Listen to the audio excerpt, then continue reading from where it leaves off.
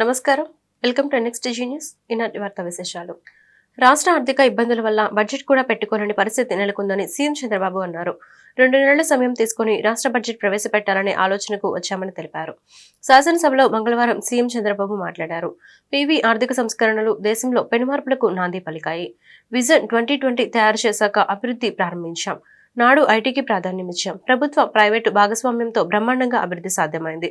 ఇవాళ తెలుగు వాళ్ళు ప్రపంచంలో ఎక్కడికి వెళ్లినా కనిపించే పరిస్థితి వచ్చిందన్నారు. అదేవిధంగా క్లిష్ట సమయంలో ఓటు చీలకూడదనే ఒకే ఒక ఉద్దేశంతో పవన్ కళ్యాణ్ ముందుకొచ్చారు. రాష్ట్ర ప్రయోజనాల కోసం టీడీపీ జనసేన కలిసి పనిచేస్తాయని మొదటగా పవన్ చెప్పారు. ఇద్దరం కలిసిన అనంతరం బీజేపీ కూడా ముందుకొచ్చింది. గత 5 ఏళ్లలో రాష్ట్ర ప్రజలు నరకం చూశారు. 3 పార్టీలు కలిశాక ఎవరూ ఊహించని ఫలితాలు వచ్చాయి. ఈ ఎన్నికల ఫలితాలు రాష్ట్ర భవిష్యత్తు కోసం ప్రజలిచ్చిన తీర్పు. రాష్ట్రాన్ని అభివృద్ధి చేసే వరకు సమిష్టిగా ముందుకు వెళ్తామని ఆయన వెల్లడించారు. మొట్టమొదటిసారిగా మా కూటమి, నేను కానీ పవన్ కళ్యాణ్ గారు కానీ బీజేపీ లీడర్స్ కానీ ఢిల్లీకి పోయినప్పుడు చాలా స్పష్టంగా రిక్వెస్ట్ చేశాం. అందుకే మొట్టమొదటిసారిగా 5 సంవత్సరాల తర్వాత మీరు చూస్తే కేంద్ర బడ్జెట్లో ఆంధ్రప్రదేశ్ రాష్ట్రానికి తగిన గుర్తింపు వచ్చింది. దీంతో ఒక నమ్మకం పెరిగే పరిస్థితికి వచ్చింది. అమరావతి క్యాపిటల్కి special finance support multilateral development agency ద్వారా దగ్గర ఒక 15,000 కోట్ల రూపాయలు ఇవ్వడానికి కేంద్రం ప్రతిపాదన పెట్టింది. ఈరోజే బడ్జెట్లో కూడా ఫైనాన్స్ మినిస్టర్ గారు చాలా స్పష్టంగా చెప్పారు. రెండవ దిశ పోలవరం. ఏదైతే ఈ దుస్థితికి కారణం ఇప్పుడిప్పుడే రిపోర్ట్ కూడా ఇచ్చారు. ఆ రిపోర్ట్ ప్రకారం ప్యారలల్ డయాఫామ్ వాల్ కట్టాలని, దాన్ని రిపేర్లు చేస్తే కుదరదని చెప్పి ఇచ్చారు. అది కూడా పూర్తి చేస్తే వీలైనంత తొందరలో మేము పూర్తి చేస్తాం పోలవరం అని కేంద్రం ముందుకు వచ్చింది. దీనికి మనస్ఫూర్తిగా ధన్యవాదాలు తెలియజేసుకుంటున్నా. ఇంకొక పక్కన దిశ ఏదైతే ఈరోజు additional funds for industrial development, essential infrastructure will be provide for water, power, railways, roads ఇవన్నీ ఇవ్వడానికి ఒకటి కొప్పర్తి కడప జిల్లా, రెండోది ఓర్వకల్ కర్నూలు, ఈ రెండుకి కూడా కేంద్రం ముందుకు వచ్చారు. ఇది శుభ పరిణామం. దీనికి మనస్ఫూర్తిగా అభినందిస్తున్నాను. ఇంకొక పక్క దిశ ఏదైతే గ్రాంట్స్ బ్యాక్వర్డ్ డిస్ట్రిక్ట్స్, రాయలసీమ 4 జిల్లాలు, ఉత్తరాంధ్ర 3 జిల్లాలు, ప్రకాశం జిల్లా 1, మొత్తం ఫస్ట్ టైం ప్రకాశం జిల్లా కూడా అడిగా. ప్రకాశం జిల్లా కూడా ముందుకు వచ్చారు. ప్రకాశం జిల్లా దాంట్లో ఇంక్లూడ్ చేశారు. We're very happy. ఎందుకంటే ప్రకాశం జిల్లా బ్యాక్వర్డ్ ఏరియా మొత్తం, అలాంటి జిల్లాకు అన్యాయం జరుగుతున్న ఉద్దేశంతో గట్టిగా అడిగితే ఇది కూడా యాడ్ చేశారు. ఈ 8 జిల్లాలకు కూడా ఆర్థిక సహాయం చేస్తామని ముందుకు వచ్చారు. దానికి కూడా మనస్ఫూర్తిగా మనం అడిగిన డిమాండ్స్ ఉన్నాయి, అవన్నీ వర్కౌట్ చేస్తాం. ఇది కూడా మనం ముందుకు తీసుకెళ్తాం. ఇది కాకుండా ఎకనామిక్ గ్రోత్కి మన దగ్గర డబ్బులు లేవు. దీనికి క్యాపిటల్ ఎక్స్పెండిచర్ కింద రాష్ట్ర భవిష్యత్తు ఏపీ పునర్నిర్మాణం కోసం జనసేన పార్టీ సంపూర్ణ సహకారం అందిస్తుందని డిప్యూటీ సీఎం పవన్ కళ్యాణ్ అన్నారు.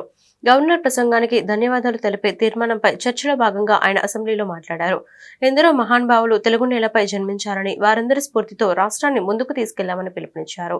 వైసీపీ పాలనతో రాష్ట్ర ఖజానా ఖాళీ కావడంతో పాటు పోలవరం, అమరావతి ఆగిపోయాయి. రాష్ట్రంలో శాంతి భద్రతలు లేకుండా పోయాయి. సహజ వనరులు దోపిడీకి గురయ్యాయి. పెట్టుబడులు కూడా రాకుండా చేశారు. రాష్ట్ర అభివృద్ధి కోసం చంద్రబాబు వంటి సుదీర్ఘ అనుభవం ఉన్న నాయకుడు ఆధ్వర్యంలోనే కలిసి పనిచేస్తాం. ఎవరు కక్ష సాధింపు చర్యలకు పాల్పడవద్దు. అవినీతికి ఆస్కారం లేకుండా పనిచేయాలి. తప్పు చేస్తే జనసేన వారిపైన చర్యలు ఉంటాయి. నేను తప్పు చేసిన చర్యలు తీసుకోవాలి అని పవన్ అన్నారు. ఏం ఆశించబోతున్నాం, భవిష్యత్తులో ఎలాంటిదా ఆశించబోతున్నాం? కలెక్టివ్గా మనందరం కలిసి ఈ రాష్ట్రాన్ని ఈ కూటమి ద్వారా ఎలా ముందుకు తీసుకెళ్ళాలి అనేది 3 చాలా స్పష్టంగా చెప్పారు. గవర్నర్ గారి ప్రసంగంలో చాలా ప్రత్యేకించి చెప్పింది ముందస్తుగా ఆంధ్రప్రదేశ్ రాష్ట్రం ఏర్పడటానికి పుట్టి శ్రీరాములు గారి త్యాగ ఫలితం. తద్వారా భాషా ప్రయుక్త రాష్ట్రాలే ఏర్పాటు కావటం, అలాగే దానికి ఇంకొకటి నాకు అనిపిస్తుంది అధ్యక్ష, పింగళ వెంకయ్య గారు కూడా ఇది అంటే ముఖ్యంగా ఆంధ్రప్రదేశ్ నుంచి వచ్చిన పొట్టి శ్రీరాములు గారు కానీ మువ్వెన్నెల జెండాను రూపొందించిన పింగళ వెంకయ్య గారు కానీ దేశాన్ని ప్రభావితం చేసే స్థాయి వ్యక్తులు. ఒకరి త్యాగం వల్ల భాషా ప్రయుక్త రాష్ట్రాలు ఏర్పడితే ఇంకొకరి రూపకల్పన వల్ల దేశానికి జెండా వచ్చింది. ఇలాంటి గొప్ప మహానుభావులు పుట్టిన నేల, దామోదరం సంజీవి గారు లాంటి మహానుభావులు సంస్కరణలు తీసుకోవాలి, అలాంటి వారు గొప్ప సంస్కరణలు తీసుకొచ్చిన నేల ఇది. పివి నరసింహారావు గారు, అలాగే శ్రీ ఎన్టీ రామారావు గారు, వీరందరి పరంపరలో ఎప్పుడు ఆంధ్రప్రదేశ్ ముందుకెళ్తూనే ఉంది. అలాగే ఈరోజు ముఖ్యమంత్రి వారిని గౌరవ ముఖ్యమంత్రి శ్రీ చంద్రబాబు నాయుడు గారు లేరు, వారి గురించి కూడా చెప్పాల్సి ఈ సందర్భంలో. ఆంధ్రప్రదేశ్కి ఎవరన్నా రావాలి అనుకుంటే ముందస్తుగా చంద్రబాబు గారు పాలన స్టార్ట్ చేసినప్పుడు, ఆయన ముఖ్యమంత్రిగా ఉన్నప్పుడు ప్రతి ఒక్కరూ మేము వచ్చి ఆంధ్రప్రదేశ్కి వచ్చి పని చేయాలి, ప్రతి ఐఏఎస్ అధికారి, ప్రతి ఐపీఎస్ అధికారి తపన పడేవారని నాకు ఢిల్లీలో చాలామంది ఐఏఎస్ అధికారులు చెప్పారు. అలాంటి అద్భుతమైన పాలన, ఛాలెంజెస్ని అధిగమించి ఆంధ్రప్రదేశ్ని అభివృద్ధి దిశగా తీసుకెళ్లారు. ముఖ్యంగా ఆయన బాగా నచ్చే అంశం నాకు ఆయనలో ప్రత్యర్థులను కూడా గౌరవించే గొప్ప గుణం. మొన్న ఈ మధ్యన మాకు చెప్తూ కూడా రాజశేఖర రెడ్డి గారి గురించి చెప్తూ ఆయన గురించి కూడా, ఆయన ఎంత ప్రత్యర్థి అయినప్పటికీ కూడా ఆయన గురించి కూడా మంచి వాక్యాలు చెప్పి ఆయన చేసిన మంచి పనిని కూడా చెప్పే సహృదయం ఉంది నారా చంద్రబాబు గారికి. వాటి నుంచి తీసుకోవాలి, మేము నాలాంటి వాళ్ళు నేర్చుకోవాలి. రాష్ట్ర విభజన తర్వాత ఆర్థికంగా తీవ్రంగా నష్టపోయిన ఆంధ్రప్రదేశ్ ను గట్టెక్కించేలా బడ్జెట్ లో ఆర్థిక మంత్రి నిర్మలా సీతారామన్ శుభవార్త చెప్పారు. కేంద్ర బడ్జెట్ లో ఏపీకి ప్రత్యేక ఆర్థిక సాయం ప్రకటించారు. రాజధాని అమరావతి అభివృద్ధికి 15,000 కోట్ల ఆర్థిక సహాయం ఇవ్వనున్నట్లు వెల్లడించారు. అవసరాన్ని బట్టి భవిష్యత్తులో మరిన్ని అదనపు నిధులు కేటాయిస్తామని చెప్పారు.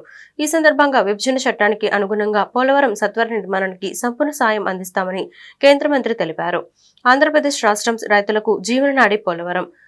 భారత ఆహార భద్రతకు ఆ ప్రాజెక్టు ఎంతో కీలకమైంది. పోలవరం నిర్మాణం సత్వరం జరిగేలా చూస్తామని నిర్మలమ్మ భరోసా ఇచ్చారు.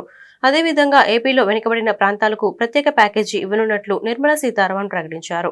రాయలసీమ, ప్రకాశం, ఉత్తరాంధ్ర జిల్లాలకు ప్రత్యేక ప్యాకేజీ కింద నిధులు మంజూరు చేస్తామన్నారు.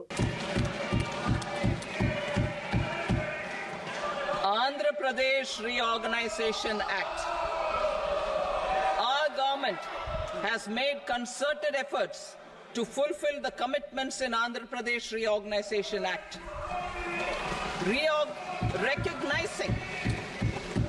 Recognizing the state's need for the capital, recognizing the state's need for a capital, we will facilitate special financial support through multilateral development agencies.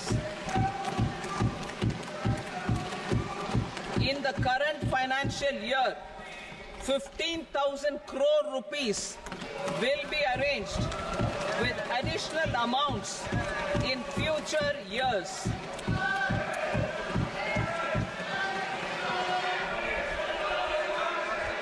Our government is fully committed to financing and early completion of the Polavaram irrigation project, which is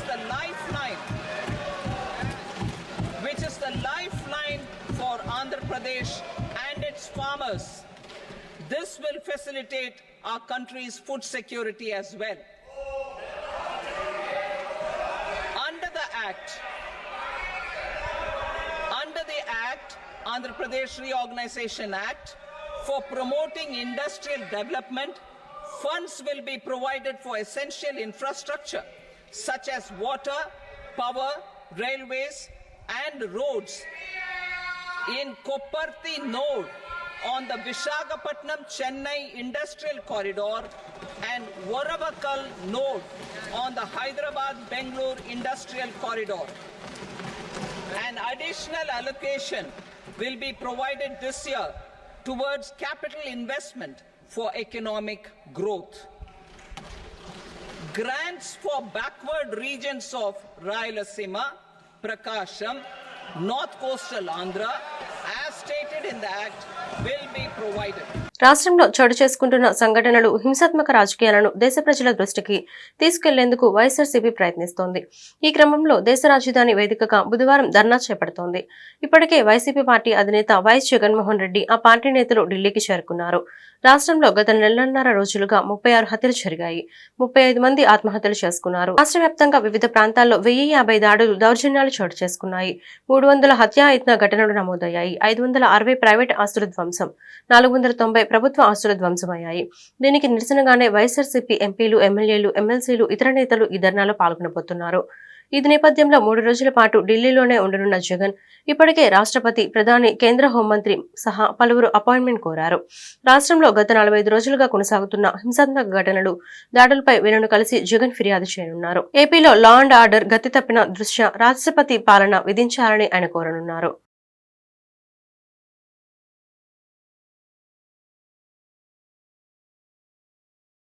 గత 5 ఏళ్ల పాలనలో AP సుమారు 20 ఏళ్లు వెనక్కి వెళ్లిందని కేంద్ర మంత్రి రామ్మోహన్ నాయుడు విమర్శించారు. TDP ఎంపీలతో కలిసి ఢిల్లీలో నిర్వహించిన మీడియా సమావేశంలో ఆయన మాట్లాడారు. వైసీపీ పాలనలో ఏ ప్రజాస్వామ్య వ్యవస్థ సక్రమంగా లేకుండా పోయింది. అమరావతికి రైతులు భూములిస్తే జగన్ శ్మశానం చేయాలని చూశారు. కూటమి ప్రభుత్వం ఏర్పాటుతో ప్రజల్లో విశ్వాసం పెరిగింది. మా ప్రభుత్వంలో కేంద్రం నుంచి అమరావతికి నిధుల ప్రకటన రావడంతో సంతోషదాయకం. భవిష్యత్తులో కూడా అవసరమైతే మరిన్ని నిధులు ఇస్తామనడం చాలా గౌరవం. వెనుకబడిన ప్రాంతాలకు కూడా ప్రత్యేక నిధులు ఇస్తామన్నారు. 5 కోట్ల మంది రాష్ట్ర ప్రజలు ఊపిరి పీల్చుకునే బడ్జెట్ ఇది. బడ్జెట్ ద్వారా ఏపీకి నూతన విశ్వాసాన్ని కల్పించిన కేంద్ర ప్రభుత్వానికి ధన్యవాదాలు అని రామ్మోహన్ నాయుడు తెలిపారు. ఈ యొక్క బడ్జెట్ లో రూపకల్పన చేసినటువంటి విషయాలు 5 కోట్ల మంది ఆంధ్రప్రదేశ్ రాష్ట్ర ప్రజలకి ఊపిరి పీల్చుకునేటటువంటి పరిస్థితినిచ్చాయి, ఆనందపడేటటువంటి అవకాశాన్ని ఇచ్చాయని కూడా తెలియజేసుకుంటున్నాను. దానికి ప్రత్యేకమైనటువంటి ధన్యవాదాలు కేంద్ర ప్రభుత్వం, ఆర్థిక శాఖ మంత్రి మన నిర్మలా సీతారామన్ గారు, అలాగే ప్రధానమంత్రి నరేంద్ర మోదీ గారికి మన 5 కోట్ల మంది రాష్ట్ర ప్రజల తరపున తెలియజేస్తున్నాం. 5 సంవత్సరాలు జగన్మోహన్ రెడ్డి తాలూకా పరిపాలనలో ఆంధ్రప్రదేశ్ రాష్ట్రం సుమారు 20-25 సంవత్సరాలు వెనక్కి వెళ్లిపోయే పరిస్థితి మనం అందరం చూశాం. ఏ ప్రజాస్వామ్య వ్యవస్థ కూడా చక్కగా లేదు, ఏ ప్రాజెక్టు కూడా ముందుకు నడిచే పరిస్థితి లేదు, ఎక్కడ అభివృద్ధి ఒక పైసా ఖర్చు పెట్టి రాష్ట్రాన్ని అభివృద్ధి చేసే పరిస్థితి లేదు. ఇలాంటి సందర్భంలో కేంద్ర ప్రభుత్వం గాని చెయ్యి చాపకపోతే, కేంద్ర ప్రభుత్వం సహాయ సహకారాలు అందించకపోతే ఆంధ్రప్రదేశ్ రాష్ట్రం పూర్తిగా డీఫంక్ట్ స్టేట్ అయిపోయే పరిస్థితి ఏర్పడుతూ వస్తున్న సందర్భంలో చంద్రబాబు నాయుడు గారు, పవన్ కళ్యాణ్ గారు, నరేంద్ర మోదీ గారు కలిసికట్టుగా ఈ యొక్క ఎన్డీఏ కూటమి ఏర్పరచుకొని ప్రజల్లో ఒక విశ్వాసం కల్పించడం జరిగింది. ఎన్నికల ముందే వాళ్ళందరికీ కూడా హామీ ఇచ్చాం, ప్రజలందరికీ కూడా మళ్లీ రాష్ట్రంలో చంద్రబాబు నాయుడు గారు, కేంద్రంలో మోదీ గారు వచ్చిన తర్వాత రాష్ట్రానికి అన్ని విధాలుగా న్యాయం చేస్తామన్న మాటని ఈరోజు నిజం చేసే విధంగా బడ్జెట్లో అన్ని విషయాలు కూడా రూపకల్పన చేశాం. బడ్జెట్లో సుమారు 15,000 కోట్ల రూపాయలు మన ఆంధ్రప్రదేశ్ రాష్ట్రానికి ఒక గౌరవాన్ని ఇచ్చేటటువంటిది, ఒక అడ్రస్ కల్పించేటటువంటి రాజధాని మన అమరావతి. దానికి 15,000 కోట్ల రూపాయలు స్పెషల్ ప్యాకేజ్ కింద కూడా ఈరోజు నిర్ధారించడం జరిగింది.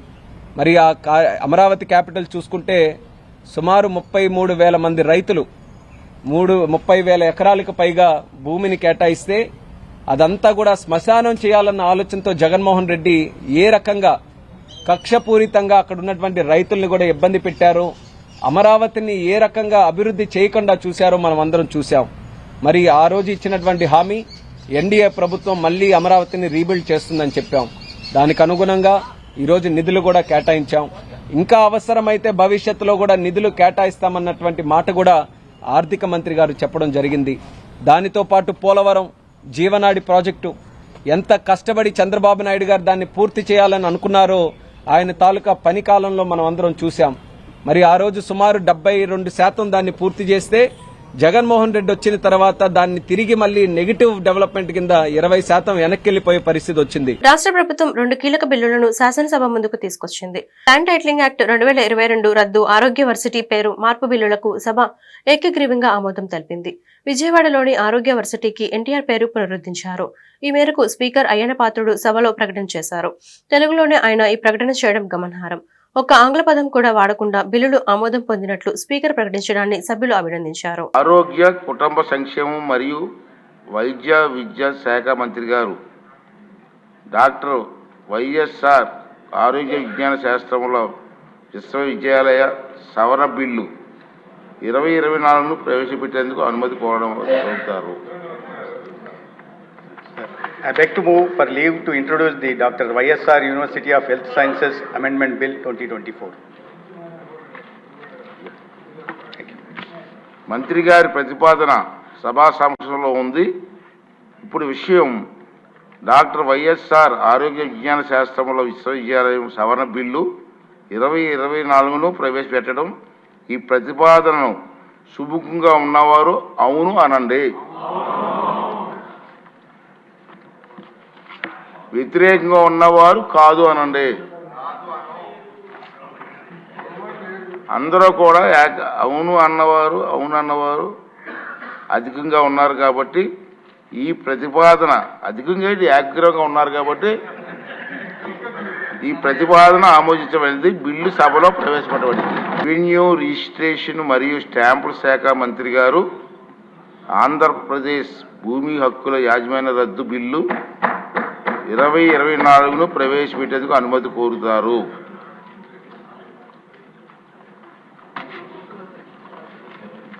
Honorable Speaker, sir, I beg to move for leave to introduce the Andhra Pradesh Land Titling Repeal Bill 2024.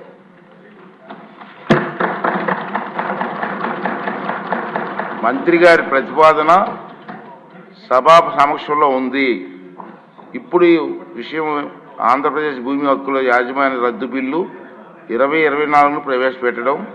ఈ ప్రతిపాదనను సభలో సుముఖంగా ఉన్నవారు అవును అనండి,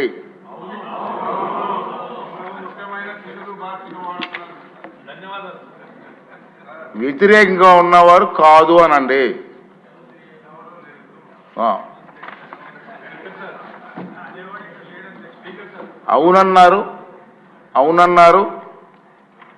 అవునన్న వారు అందరూ కూడా ఏకగ్రీవంగా అన్నారు కాబట్టి ఈ ప్రతిపాదన ఆమోదించబడింది.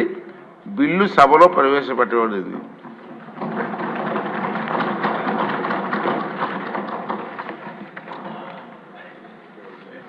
చాలా చక్కటి తెలుగులో మొట్టమొదటిసారి ఈ సభలో మీరు సంబంధిత బిల్లుని, అందులో మా అందరికీ కూడా ఎంతో ఇష్టమైనటువంటి బిల్లుని అచ్చ తెలుగులో మీరు మాట్లాడి ప్రవేశపెట్టారు సార్. ఐ థింక్ ఈ రోజు నుంచి మీరు ఒక నూతన ఒరవడికి శ్రీకారం చుట్టారు. అందరూ హృదయపూర్వకంగా ధన్యవాదాలు. ప్రతి అక్షరం తెలుగులో మాట్లాడే ప్రయత్నం చేస్తున్నాను, మీరు సహకరించండి.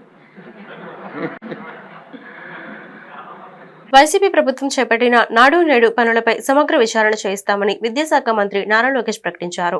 శాసనసభ రెండో రోజు సమావేశాల్లో భాగంగా స్పీకర్ అయ్యన్న పాత్రుడు ప్రశ్నోత్తరాలు చేపట్టారు. పలువురు సభ్యులు తమ నియోజకవర్గాల్లోని సమస్యలను ప్రభుత్వం దృష్టికి తీసుకొచ్చారు. గత ప్రభుత్వం చేపట్టిన నాడు నేడు పనుల్లో భారీగా అవినీతి జరిగిందని ఎమ్మెల్యేలు తెనాలి శ్రావణ్ కుమార్, ధూళిపాల నరేంద్ర, ఏలూరు సాంబశివరావు సభ దృష్టికి తీసుకొచ్చారు. దీనిపై విచారణ చేపట్టాలని రాష్ట్ర ప్రభుత్వాన్ని కోరారు. అనంతరం మంత్రి లోకేష్ మాట్లాడుతూ ప్రభుత్వ పాఠశాలను బలోపేతం చేస్తామని తెలిపారు. నాడు నేడుపై ప్రభుత్వం విచారణ చేపడుతుందన్నారు. గతంలో నాసిరకం పనులు ఎందుకు చేపట్టారు, పనులు ఎందుకు సరిగ్గా జరగలేదు అనే అంశాలపై ఆరా తీస్తామన్నారు. మొదటి ప్రశ్నకి సమాధానం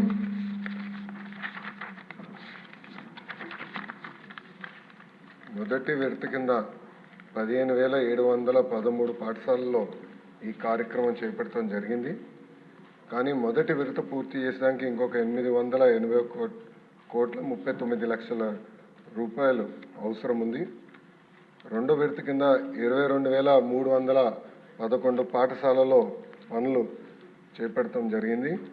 కానీ ఇది కూడా పూర్తి చేసేదానికి 3,907.75 కోట్ల రూపాయలు అవసరం ఉంది. మూడో విడత కింద 14,845 పాఠశాలల్లో ఎలాంటి పనులు ప్రారంభించలేదు. ఆ పాఠశాలలో ఈ కార్యక్రమం పూర్తి చేసేదానికి 3,088 కోట్ల రూపాయలు అవసరం ఉంది.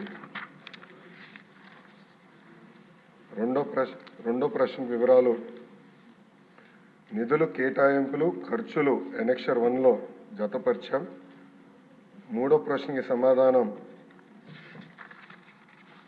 గత ప్రభుత్వం 900 కోట్ల రూపాయలు పెండింగ్ బిల్స్ పెట్టడం జరిగింది. ఈ కార్యక్రమం పూర్తి చేసడానికి 7,877 కోట్ల రూపాయలు అవసరం ఉంది. గత ప్రభుత్వం ఈ కార్యక్రమంలో చేపట్టిన ప్రభుత్వ పాఠశాలల్లో 72,117 విద్యార్థులు సంఖ్య తగ్గుతాం కూడా జరిగింది. డి ప్రశ్నకు అధ్యక్ష, శ్రీ వి వెంకటరామరెడ్డి గారు అడ్వకేటు 27/11/2023లో ఒక పిటిషన్ వేస్తాం జరిగింది. ఆ పిటిషన్కి సంబంధించిన ప్రాథమిక దర్యాప్తు రిపోర్ట్ ఎండి ఏపీఈడబ్ల్యూఐడిసికి వస్తాం జరిగింది. కానీ ఫైనల్ రిపోర్ట్ ఇంకా రావాల్సిన అవసరం ఉంది. ఈ ప్రశ్నకి సమాధానం ఫైనల్ రిపోర్ట్ వచ్చిన తర్వాత యాక్షన్ తీసుకుంటాం అధ్యక్ష. మదనపల్లె సబ్ కలెక్టర్ కార్యాలయంలో ఫైల్స్ కాల్పోయిన ఘటనకు షార్ట్ సర్క్యూట్ కారణం కాదని మంత్రి గొట్టిపాటి రవికుమార్ తెలిపారు. చేసిన పాపాలు తుడిచిపెట్టేందుకు వైసీపీ నేతలు వరుస కుట్రలకు పాల్పడుతున్నారని ఆయన మండిపడ్డారు. నేరాలు చేసి సాక్ష్యాలు చెరిపేయడంలో వైసీపీకి ఆరితేరిన పార్టీ అని, అది అందరికీ తెలుసని వ్యాఖ్యానించారు. అధికారంలో ఉండగా నెల్లూరు కోర్టులోనే ఫైల్స్ దొంగతనం చేయించారని ఆరోపించారు. అధికారం పోయాక యనమల కుదురు కరకట్టపై దస్త్రాలు తగలబెడుతుంటే ప్రజలు వెంబడించి పట్టుకున్నారని తెలిపారు. తమకు ముందస్తు బెయిల్ మంజూరు చేయాలంటూ వైఎస్ఆర్సీపీ సీనియర్ నేత సజ్జల రామకృష్ణారెడ్డి, ఎమ్మెల్సీలు లేలా అప్పిరెడ్డి, తలశీల రఘురాం, మాజీ ఎమ్మెల్యే ఆళ్ల రామకృష్ణారెడ్డి, మాజీ మంత్రి జోగి రమేష్, మాజీ ఎంపీ నందిగం సురేష్, వైఎస్ఆర్సీపీ నేత దేవినేని అవినాష్ దాఖలు చేసిన పిటిషన్పై హైకోర్టు విచారణ జరిపింది. సజ్జల రామకృష్ణారెడ్డి, ఆళ్ల రామకృష్ణారెడ్డిలను కేసులో ముద్దాయిలుగా లేరని హైకోర్టుకు ప్రభుత్వం తెలిపింది. ఒకవేళ ముద్దాయిలుగా చేర్చితే అరెస్ట్ చేసే అవకాశం ఉందని పిటిషనర్ తరపున న్యాయవాది పొన్నవాల సుధాకర్ రెడ్డి తెలిపారు. సజ్జల ఆర్కేలను ముద్దాయిలుగా చేర్చితే నోటీసులు ఇవ్వాలని పోలీసులకు హైకోర్టు ఆదేశాలు జారీ చేసింది. నోటీసులు ఇచ్చిన 5 రోజుల వరకు అరెస్ట్ చేయొద్దని హైకోర్టు స్పష్టం చేసింది. అదేవిధంగా ఎమ్మెల్సీలు లేలా అప్పిరెడ్డి, తలశీల రఘురాం, దేవినేని అవినాష్, నందిగం సురేష్ కు సంబంధించిన విచారణను ఆగస్టు 2వ తేదీకి కోర్టు వాయిదా వేసింది. అప్పటి వరకు చర్యలు ఏమీ తీసుకోవద్దని హైకోర్టు తెలిపింది.